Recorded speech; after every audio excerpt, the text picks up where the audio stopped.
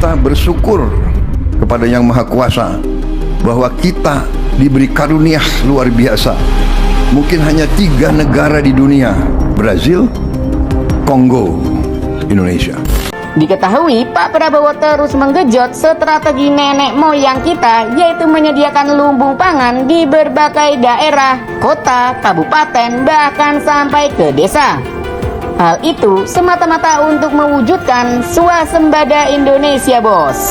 Prabowo menegaskan swasembada pangan yang ditargetkan tercapai pada tahun 2027 nanti merupakan cara Indonesia untuk dapat hidup dengan aman dan kuat. Saya berkeyakinan tidak ada negara yang aman kalau negara itu tidak bisa menjamin makan untuk seluruh rakyat Indonesia. Saat ini pemerintah terus menggenjot swasembada pangan dan energi terbarukan. Ya, energi yang bersumber dari tanaman.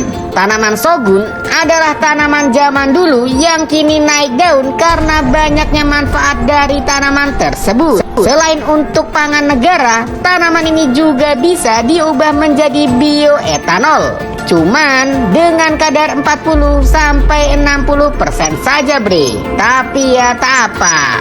Pertamina telah berulang kali mencoba dan menguji kelayakan BBM dengan bahan tanaman shogun, dan hasilnya sangat-sangat mengembirakan.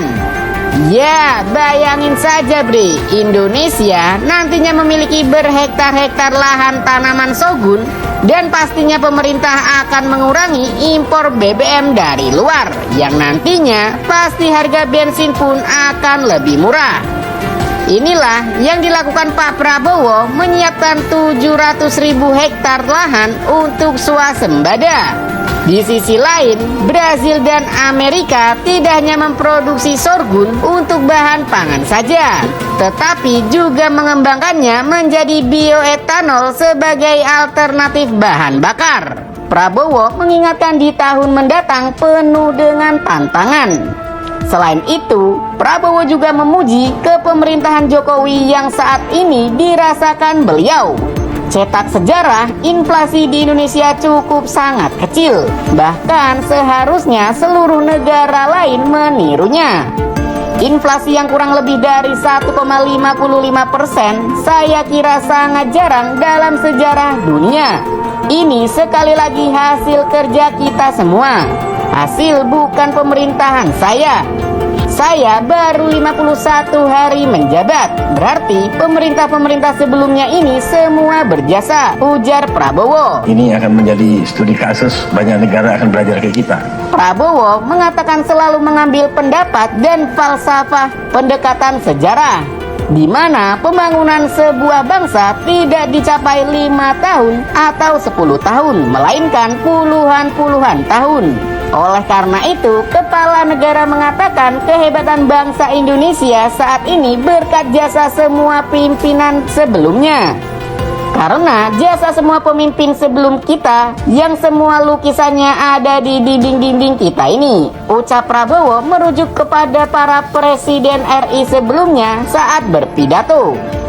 Presiden pun menyampaikan bangsa Indonesia harus optimis sekaligus waspada karena Indonesia merupakan negara yang kaya, sehingga akan selalu ada pihak-pihak yang tidak menghendaki kemajuan Indonesia.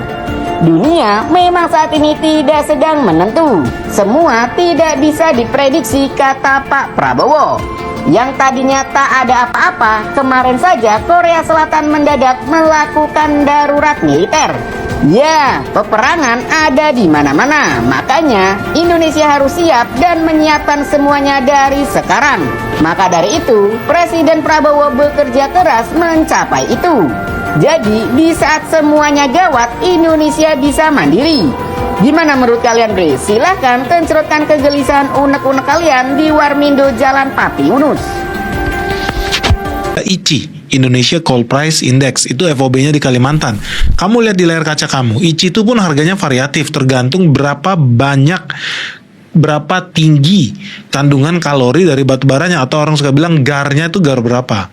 Nah, berdasarkan data di hari ini, detik ini, harga misalnya kita cek di sini ada ICI 1, harganya $127 per ton, ICI 2 $92 per ton, ICI 3 $72 dan ICI 4 $51 karena garnya 4.200. Jadi yang paling mahal ICI 1 tuh gar 6.500. Artinya apa? Artinya ya pertama Indonesia udah punya indeks harga batu bara sendiri. Yang kedua, harganya pun variatif tergantung lu punya batu bara kalorinya berapa. Yang paling rendah sih ada ICI 5 ya. ICI 5 itu garnya itu sekitar 3 ribuan. Nah makanya kalau teman-teman lihat banyak orang-orang pemain biomasa di Indonesia itu komplain karena ketika mereka jual itu ke pabrik semen atau pabrik lokal, biomasa yang mereka proses dengan sangat susah menjadi pellet hanya dihargai seharga $40 atau bahkan $30 per tonnya. Menjadi tidak menarik karena biomasa dengan kalori rendah walaupun cuma 3.000 2.000 tapi kan itu energi hijau bisa diperbarui dengan menanam pohon lagi. Makanya mereka lebih suka ekspor ke Korea atau ke Jepang. Nah, ini memberangus ya ide-ide di luar sana yang menyatakan bahwa Indonesia itu dijajah, padahal kita yang punya coal, kita yang punya batu bara, kalau kita nggak bisa setup price sendiri, nggak, faktanya memang kita punya indeks sendiri, kita bisa setup harganya sendiri, itu fakta, nggak usah dibantah lagi. Kalau ada yang bilang sebaliknya, itu hoax. Nah, ketika lu bertransaksi dengan negara-negara lain, berhak nggak mereka nawar? Berhak nggak mereka bilang, boleh nggak harganya jangan 3.000, 2.900 saja, kita pakai indeks Newcastle lah, indeks apalah segala macam. Sah saja karena realitanya ini kan hukum penawaran dan permintaan. Ya kalau seandainya memang barang kita di gudang lagi melimpah, stockpile kita melimpah, kita jual lebih rendah dibanding harga ICI, boleh atau tidak? Ya boleh-boleh aja, sah saja. Intinya kan kembali ke kesepakatan orang. Yang penting lu bayar pajak ya, lu bayar bea ekspornya dan lain sebagainya. Itu aja. Memang dunia nyatanya gak semua orang pun pakai harga yang ada di ICI. Dunia nyatanya biasanya orang ya bisa pakai harga di bawah ICI atau kalau dia butuh banget bahkan harganya bisa di atas ICI. Gue udah lihat beberapa kontrak yang keluar negeri itu bisa sampai 10% di atas ICI. Kembali lagi tergantung ke kualitas barang lu. Mungkin memang garnya 6.500 harusnya masuk ICI 127 dolar per ton. Tapi ternyata kandungan sulfurnya, kandungan esnya itu jauh lebih kecil dibanding standar yang ada sehingga dia bisa minta harga lebih mahal. Mungkin nggak? Iya sangat bisa. Contoh, di layar kaca kamu udah gue kasih lihat datanya ya. Indonesia itu cuma bisa ekspor setara 34 miliar dolar. Australia itu hampir 2 kalinya kita, dia di 64 miliar dolar. Yang beda tipis sama Indonesia itu ada Rusia di 30 billion dolar.